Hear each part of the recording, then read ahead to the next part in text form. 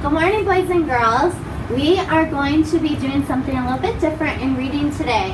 What you're going to be doing today is identifying differences between fiction and nonfiction by comparing two texts on the same topic. You're also going to be able to orally explain those differences by using keywords such as alike and different. Now, before we get started, I want to know what you already know. So I'm going to be giving you a pre-test. It's just to get to know what do you already know about nonfiction texts and fiction texts. What do they have in common and what do they have that's different? Okay, now, obviously, as you can see, I don't have a class with me today, but when I did do this with my class, I gave everyone the pre-test. It was a quick 7 true or false questions, gave it to them, collected it, and went on. So what I ended up doing is saying, okay, now that we've taken our pre-test, we are going to be looking at two texts, okay? We're looking at My Mouth is a Volcano, which we've already read, and we're looking at the other text, Volcano Rising, which we've already read. Now, let's think about the main idea of both of these texts. First, let's look at Volcano Rising. Who remembers what this text is about? Now, in my classroom, when I asked them, we kind of skimmed through and they go, oh yeah, I remember. Volcano Rising actually gives us information about real volcanoes.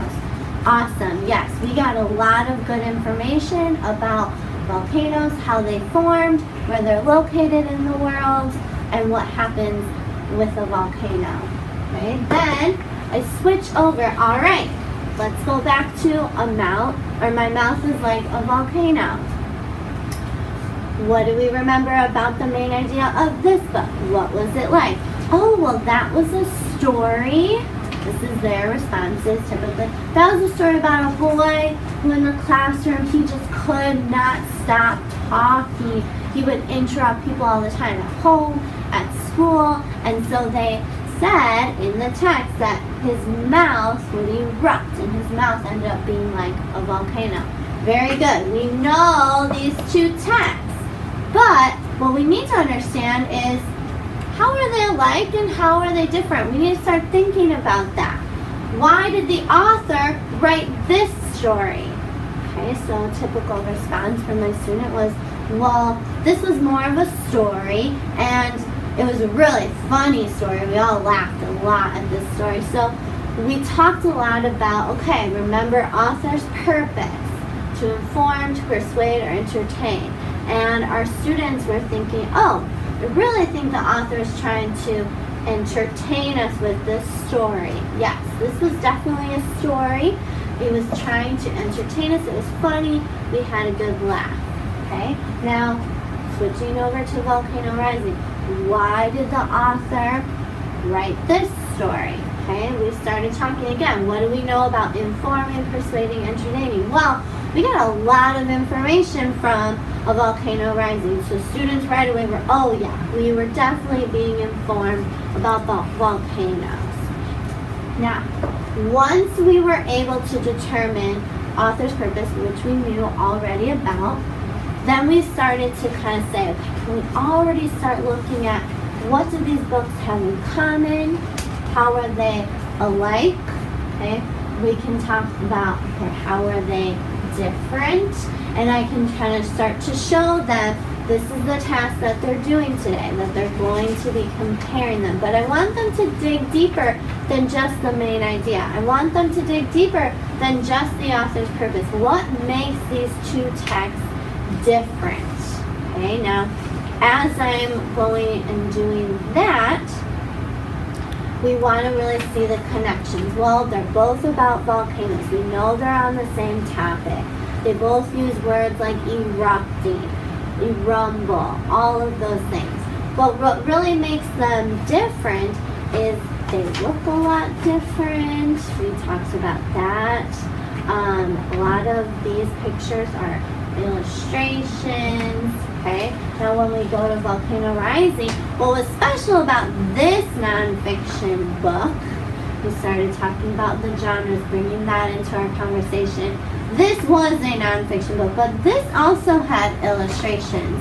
But they know, because we've read a different book about volcanoes in our textbooks, that a lot of nonfiction have photographs. So then we start saying, well, there are certain features of a nonfiction that might be a little bit different than a fiction story. So what we end up doing is go, okay, obviously we're reading these differently. There's a Brain Pop video called Reading Nonfiction. We pulled down our screen, made it all blank, and then we watched Brain Pop, Reading Nonfiction. So I would step aside, we watched a quick video, and then when we came back together, I go, okay, we just learned that reading nonfiction books are a little bit different than reading fictional books, and what makes those different. So then I had everyone think, pair, share. How are reading nonfiction and fiction books the same?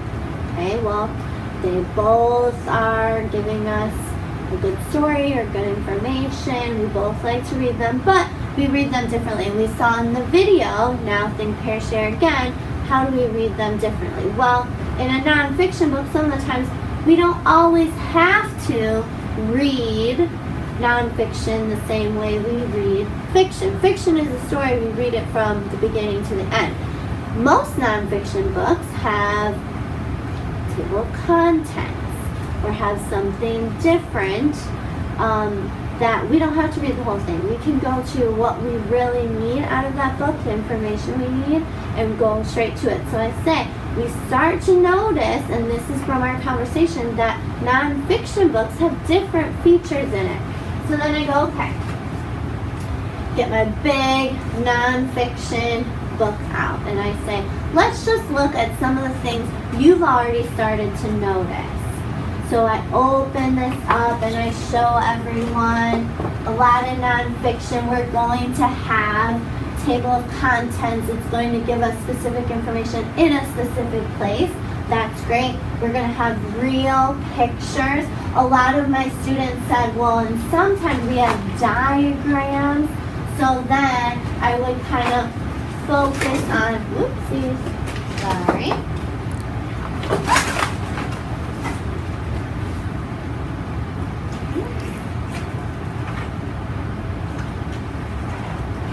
So a lot of my kids talked about how there were diagrams, there were different pictures with labels. So then I would show them a bigger example of that. Well, these are labels. They're showing the different parts. This is a photograph, shows us a real thing. And then we talked about captions. Some pictures will have just a sentence at the bottom describing it. So students already started to see that and to notice that and to show or to kind of share with us some of the things they've already seen. So now that we've kind of brainstormed together, we've done some think, pair, shares, the activity that I really want them to do today is called a number heads activity, where I group them in predetermined leveled groups, and at those groups they're going to have the two texts that we're talking about today, so that they can flip through them, they can look at them with their group. They're going to have a Venn diagram at their group, so that them and their groups, they're going to be able to use some of the key vocabulary words on the board to put into their Venn diagrams at their seats, or just any examples that they find of how these two books, while they're different and they're putting the differences, is how are they also alike. So they're doing that in predetermined groups.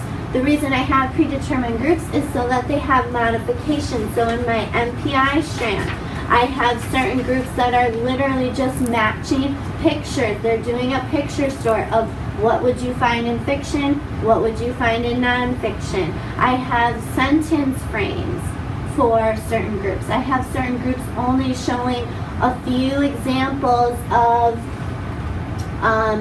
my nonfiction and my fiction, whereas They're going to be giving me more examples with evidence from the books.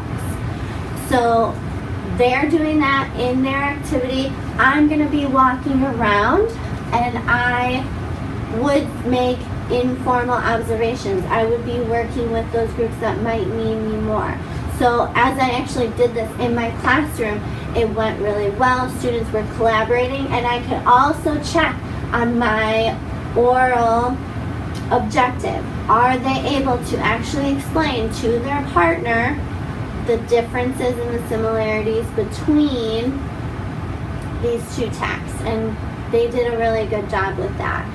Once I saw that many groups were starting to end, each person had a different number in each of the groups. So when I rolled the dice and I said, okay, if you had a number 5 in your group, you're going to share something that you and your group had talked about, an example or a detail that you put into your Venn diagram. As students start to share, this is our class Venn diagram. I'm going to start putting those ideas into the Venn diagram. I'll have blank sentence strips in case I want to add anything, but really I'm looking for students to be talking about those illustrations versus photographs, characters and settings, fiction, nonfiction, labels, captions, author's purpose. All of those things are going to be going into there. And then obviously they're going to have some of their own examples with evidence from the two texts. So after that, we are wrapping it up by sharing, putting together our class Venn diagram. Then what I had my class do is I just had some of those higher level thinking questions come out about what can you conclude about nonfiction texts? What can you conclude about fiction texts? Which do you prefer? They had those small discussions in their groups as we're just wrapping up our lesson. Now this lesson is helping us in the following lesson really looking at those nonfiction text features and seeing why they're important. So this is really just the start of it, getting them to understand the differences between fiction and nonfiction texts. So we were able to use modifications to help ELL students, and we were able to really have some good discussions. And I hope from this video you were able to see how it went in my classroom and how I kind of used all of these things put together with these activities and all of our visuals to help them really succeed. Thank you.